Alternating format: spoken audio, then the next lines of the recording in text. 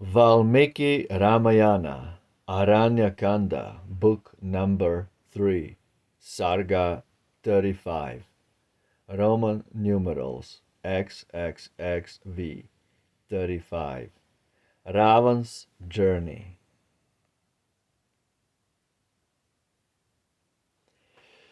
When Ravan by her fury spurred, that terrible advice had heard, he bade his nobles quit his side, and to the work his thought applied. He turned his anxious mind to scan on every side the hardy plan. The gain against the risk he laid, each hope and fear with care surveyed, and in his heart at length decreed to try performance of the deed. Then steady in his dire intent, the giant to the courtyard went. There to his charioteer he cried, "Bring forth the car whereon I ride." I ready at his master's word, the charioteer the order heard, and yoked with active zeal the best of chariots at his lord's behest. Asses with heads of goblins drew that wondrous car where'er it flew. Obedient to the wheel it rolled, adorned with gems and glistering gold. Then mounting with a roar as loud as thunder from a laboring cloud, the mighty monarch to the tide of ocean, lord of rivers, hied. White was the shade above him spread, white chowries waved around his head, and he with gold and jewels beright shone like glassy lazulite.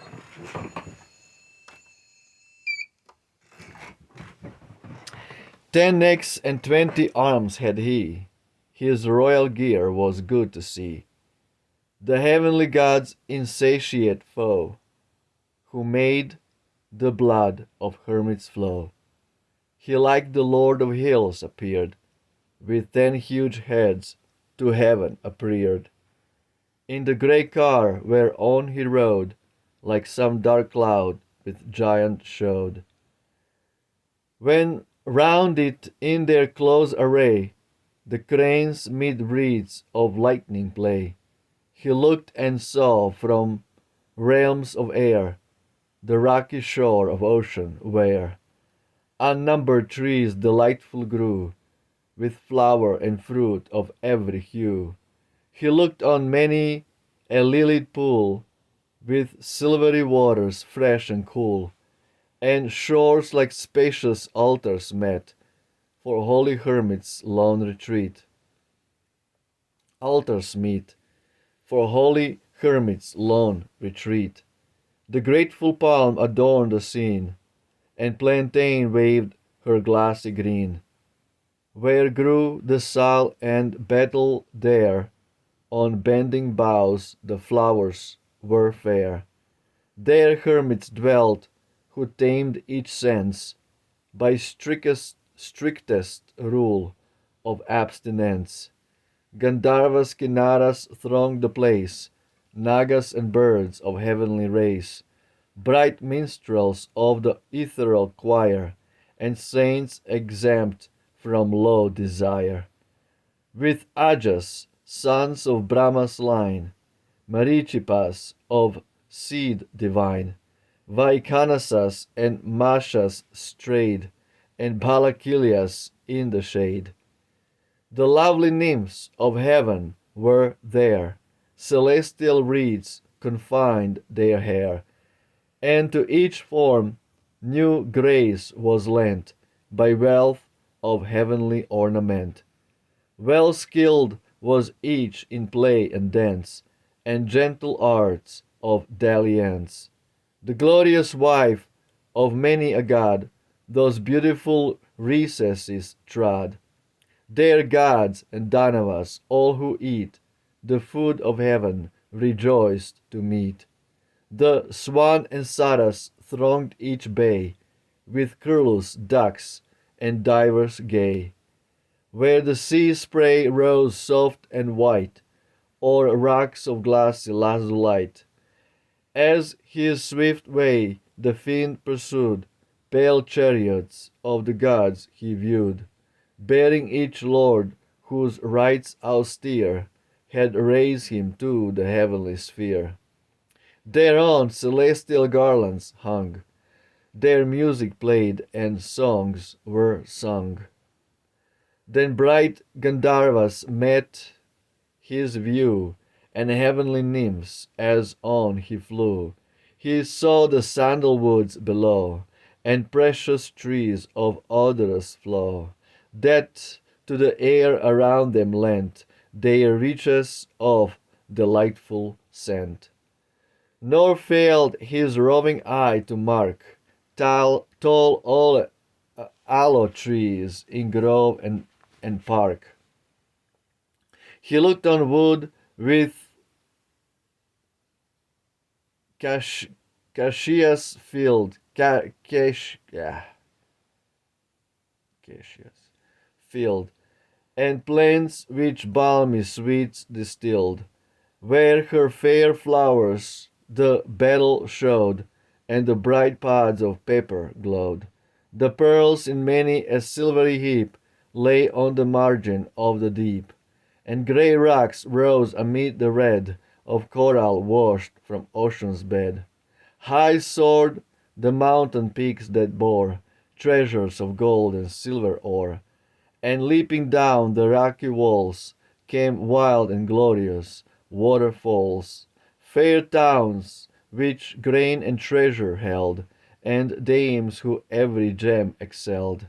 He saw outspread beneath him far, with steed and elephant and car, that ocean shore he viewed that showed fair as the blessed gods' abode,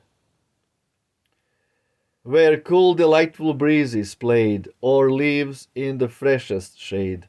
He saw a fig tree like a cloud, with mighty branches earthward bowed. It stretched 100 leagues and made for hermit bands a welcome shade. Thither and feather king of yore, the feather king of yore, an elephant and tortoise bore, and lighted on a bough to eat the captives of his taloned feet. The bough unable to sustain the crushing weight and sudden strain, loaded with sprays and leaves of spring, gave way beneath the feathered king. Under the shadow of the tree dwelt man, a saint and devotee, Ajas, the sons of Brahma's line, Mahashas, Marichipas divine, Vaikanasas, and all the race of Balakilyas loved the place. But pitying their sad estate, the feathered monarch raised the weight of the huge bough and bore away the loosened load of captured prey. 100 leagues away he sped, then on his monstrous booty fed, and with the bough he smote the lands where dwell the wild Nishada bands. High joy was his because his deed from jeopardy the hermits freed. That pride for great deliverance wrought, a double share of valor brought. His soul conceived the high emprise to snatch the Amrit from the skies. He rent the nets of iron first, then through the jewel chamber burst, and bore the drink of heaven away that watched in Indra's palace lay. Such was the hermit's sheltering tree, which Ravan turned his eye to see, still marked where Garud sought to rest. The fig tree bore the name of blessed. When Ravan stayed his chariot o'er the ocean's heart-enchanting shore. He saw a hermitage that stood sequestered in the holy wood. He saw the fiend Maricha there, with deerskin garb and matted hair, coiled up in a hermit guise, who spent his days by rule most abstinent. As guest and host are wont to meet, they met within that lone retreat. Before the king Maricha placed food never known to human taste. He entertained his guest with meat and gave him water for his feet, and then addressed the giant king with timely words of questioning. Lord, is it well with thee, and well with those in Lanka's town who dwell? What sudden thought, what urgent need has brought thee with impetuous speed? The fiend Maricha thus addressed Ravan the king, his mighty guest, and he, well skilled in arts that guide, the eloquent in turn replied. Absolutely beautiful. Footnotes. 271. Beings with the body of a man and the head of a horse. 272. Ajas, Marichipas, Vaikanasas, Mashas, and Balakilias are classes of supernatural beings who lead the lives of hermits.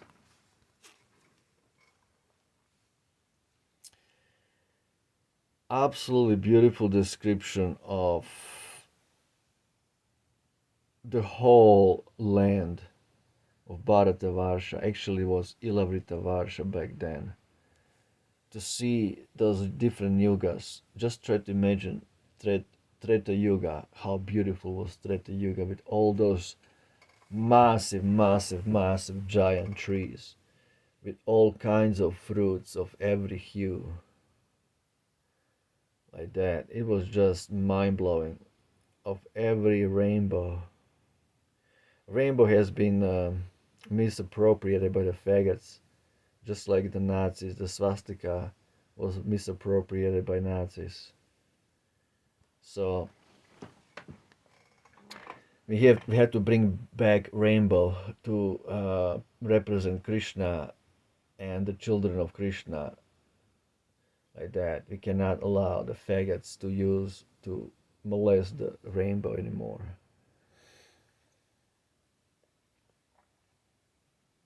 Anyway, beautiful description of that world. He came to Maricha again.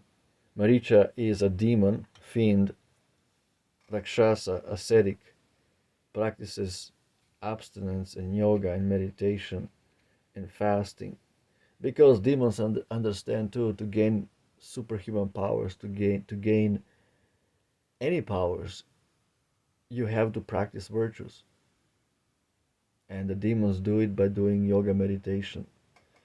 They practice abstinence from sex, food, any thought besides the goal they go. Even demons understand it. But Kali Yugans, the low class human beings, the cow eaters of Kali Yuga, are nothing in comparison to these demons. Kali Yugans is literally Goyim. The Jews have the perfect word for them. The Goyim, the cattle raised for slaughter. That's what Kali Yugan human beings are meant for, slaughter. Because they cannot control nothing. They cannot do yoga, they cannot control their senses. They only enjoy their senses, eat cows, drink beer, talk shit, and die. This is the Kali Yugan life. Literally, the satanic globalist Burger King industry and beer industry. Burgers and beers. barbecues, and beers. That's all they know. They cannot go beyond that.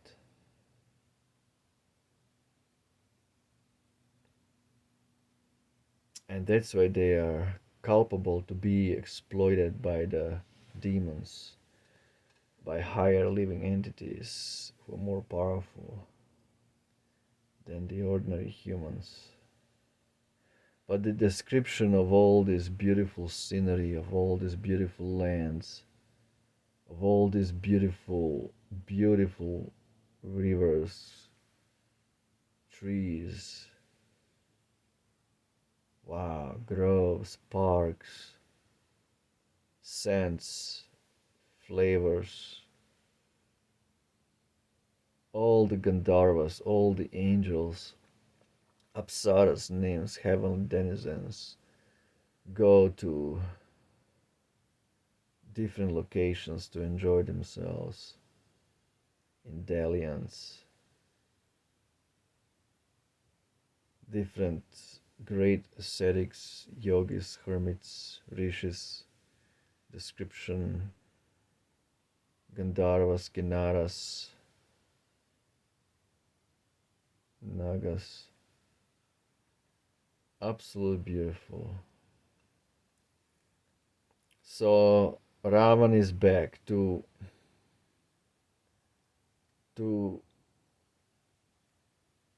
talk to Marichi. Marichi told him, do not even consider stealing Rama's wife. Do not even consider.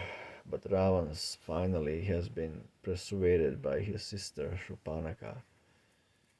And this is how Ramayana has to happen. It's eternal pastime of God. It is happening in every universe. Jai Shri Ramayana. Roma Victor. Victory to Rama. Hail Ram. Jai Shri Ram. Ciao.